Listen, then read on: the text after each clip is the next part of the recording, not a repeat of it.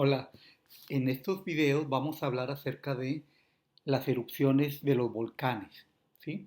Son una serie de videos muy chiquitos y van a estar seguidos de algunas preguntas, ¿ok? Y ahí vamos a hablar de qué es un volcán, de qué es la lava, de qué es el magma, ¿sí?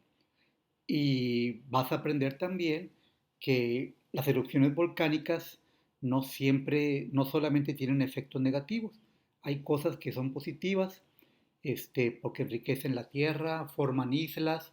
Entonces, son una serie de videos chiquitos, cada uno con varias preguntas aquí en Google Forms, ¿ok?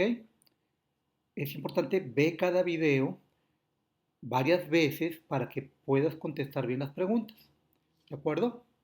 Muy bien, vamos a empezar.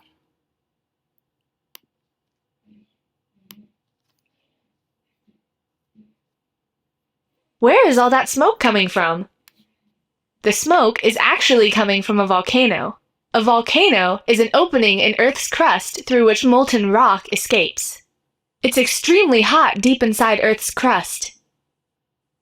That's why all the rocks inside the crust are in a molten or liquid state. This molten rock is called magma. In some places where the crust is thin or weak, the magma breaks through and pours out. That's when a volcano erupts. Gas and magma are ejected from the crater for miles. When magma pours out of the surface of Earth, it is called lava. Lava can scorch and destroy entire forests, cities, and even civilizations. Muy bien, entonces aquí pregunta, vamos a ver la pregunta. Where the crust is thin or weak, volcanoes can erupt. Select the correct words to name the following. Si cuando la corteza, donde la corteza de la Tierra es delgada o débil, los volcanes pueden hacer erupción. Vamos a ver los nombres que corresponden.